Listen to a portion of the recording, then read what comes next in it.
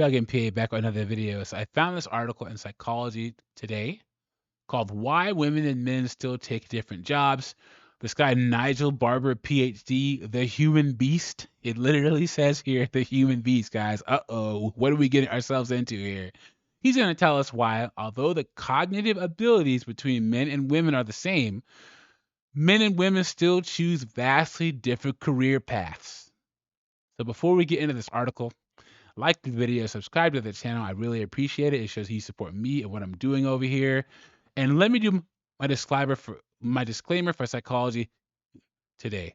A lot of these psychological journals are just misandrous depositories of articles that trash men and big up women. So watch out for Psychology Today, all these other psychological journals, because that's what you're gonna get. It says, despite broad convergences in the psychology and behavior of the sexes, some occupations remain very segregated by gender. Some of these differences reflect evolutionary specializations of men and women. While there are large differences in jobs taken by men and women in some fields, the underlying differences in the cognitive abilities that are relevant to those particular jobs are often relatively small. For example, there is little difference in mathematical ability between men and women, yet there is a large split in employment, with only 3% of U.S. mathematicians being women. Now, guys, why do you think that only 3% of mathematicians are women? Why? It's because when you think of a mathematician, what do you think of? A socially awkward dweeb, probably doesn't get laid, you know, and the stereotype is there for a reason. Okay. Women are social creatures. So even if a woman is good at math, she is still more likely to take a path where she's socially accepted than a boy is. A boy is willing to put up with being ostracized and made fun of as long as he can, because he's interested in things. You know, think about all the guys who can put computers together and are engineers and stuff. You know, they don't care that everyone around is making fun of them as long as they can build the computers and do what they have to do. Okay. One plausible reason for this gender divide in employment is that men are overrepresented in the highest tier of mathematical ability. This difference is possibly due to a specific masculine advantage and three-dimensional spatial ability. This advantage is not encoded in genes, but could be one consequence of brain masculinization by sex hormones prior to birth.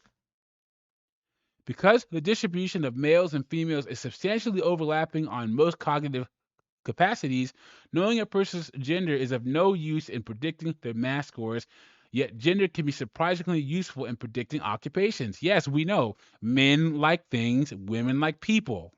Women like being inside, men are more willing to be outside and do dangerous jobs. We already know this.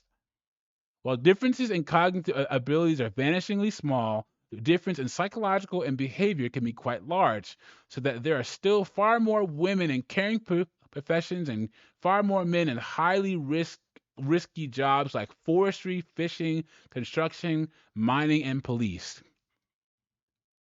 Like I said before, guys, we already know this. He has to do he has to write this article on this. Women don't want to be uncomfortable. Women want to be inside where there's air conditioning, where they can type on a desk. Even most of the women I know in construction, they're either civil engineers or they're the people with the flags directing traffic. How many women do you know are actually on site swinging a freaking hammer? Exactly.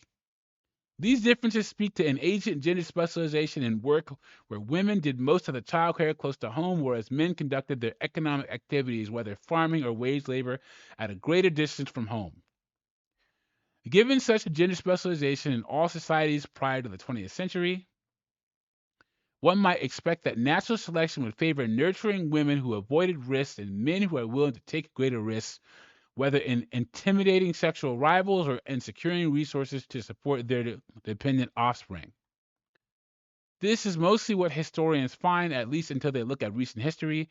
As to risk taking, one finds that in recent years, women are increasingly willing to break laws, for example, by using illicit drugs. Young women have a greater Increased risk profile, and teenage girls are now considered to be as dangerous on the roads as teen boys are. And I would go so far as to say the face of physical violence and theft in 2023 is women. You see more videos of women fighting each other, women initiating physical altercations with men, women stealing, women carjacking. It's all women now.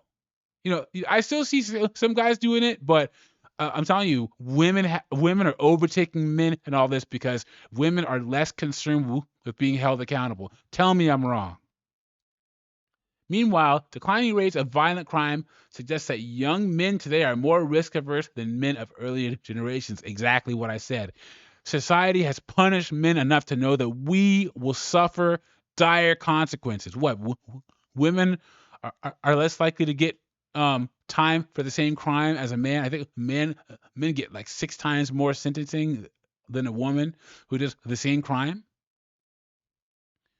Relatively few young women are interested in staying at home to care for children, deciding instead to go to work and use the services of commercial daycare providers. And that's a mistake. 'Cause I'm telling you guys, if you can put yourself in a position where if you have kids, your wife can stay home. You don't want some woman that you don't even know to be raising your child. This may be due to the fact that some women do not find caring for young children rewarding. In one survey, it was rated on par with vacuuming. The modern woman for you guys. For their part, young fathers seem much more interested in caring for small children than their fathers or grandfathers were. These convergences in the psychology and behavior of men and women are more plausibly explained by the fact that there was a large increase in the proportion of married women in paid employment after the 1950s.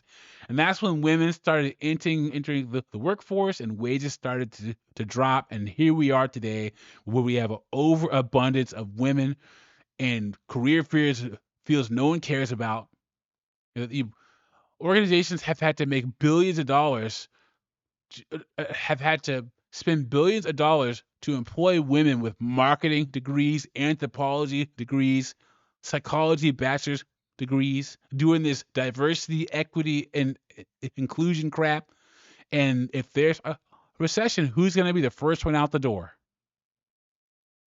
Given that women began to play an economic role that was indistinguishable from that of men, there was a corresponding shift in psychology and behavior in the direction of female competitiveness and risk taking.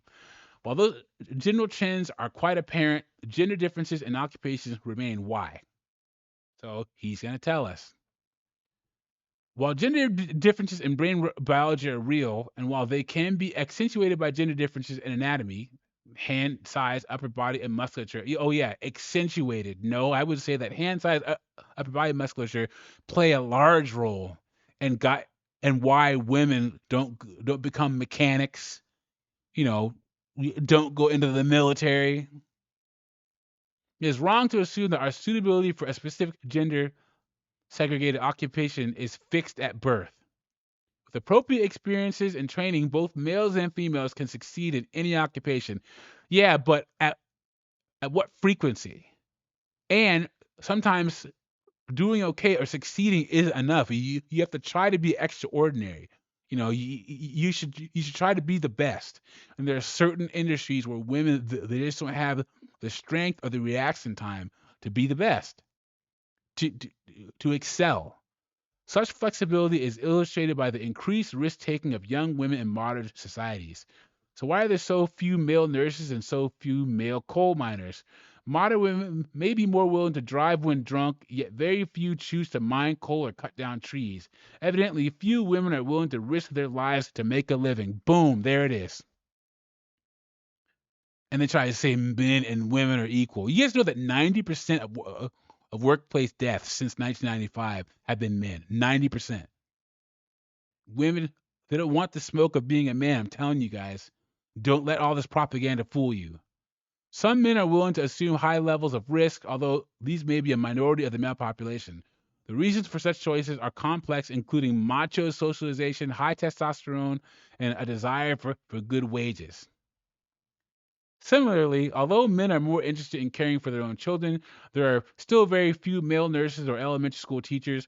One could assume that men's interest in caring for others does not rise to the level found in many women.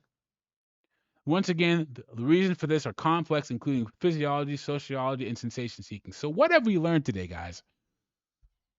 Women are not going to make more money than men in my lifetime. They're just not, because women aren't going to go down into the sewers. They're not going to go to the oil rigs. They're not going to be the majority of police. They're just not going to do it. Women want to socialize. Women want to be inside where it's safe, and that's not going to change anytime soon. And the guys who choose to go into these fields, plumbing, construction, they're just going to get paid more. And hey, in my lifetime, we might see a shift where the plumbers and the blue collar guys are going to make so much money that women have to respect them. Let me know what you think about this. Like the video, subscribe to the channel. I'll catch you on the next one.